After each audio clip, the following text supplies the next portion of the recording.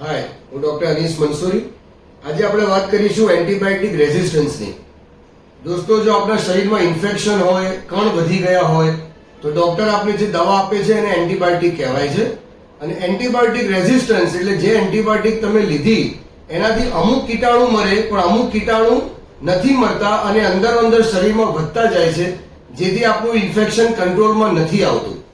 હવે આના કારણોમાં એ છે કે જરૂર વગર, જરૂર ના હોય ત્યારે પણ અને વધુ પડતો એન્ટીબાયોટિકનો વપરાશ. બીજું અમે જોયું છે કે વાયરલ ઇન્ફેક્શન જેવું કે શરદી, ખાંસી, ફ્લૂ હોય તો ઘણા દર્દીઓ જાતે એઝિથ્રોમાઇસિન કે સેફિક્ઝિમની દવાઓ લઈ લે છે, જે એન્ટીબાયોટિક ક્લાસમાં આવે, જેની જરૂર જ હોતી નથી.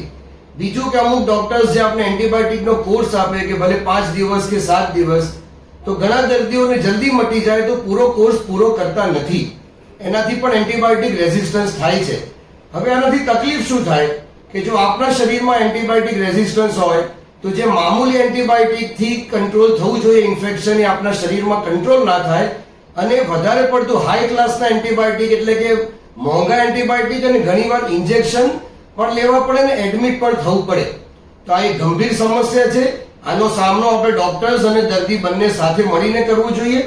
ડોક્ટર્સને જોઈએ કે જરૂર પડે એટલા જ દિવસનો કોર્સ અને એટલી જ એન્ટીબાયોટિક આપે, અને દર્દીને જોઈએ કે ડોક્ટરની સલાહ પ્રમાણે જ એન્ટીબાયોટિકનો કોર્સ કરો અને જાતે એન્ટીબાયોટિકનો વપરાશ ના કરો. Thank you.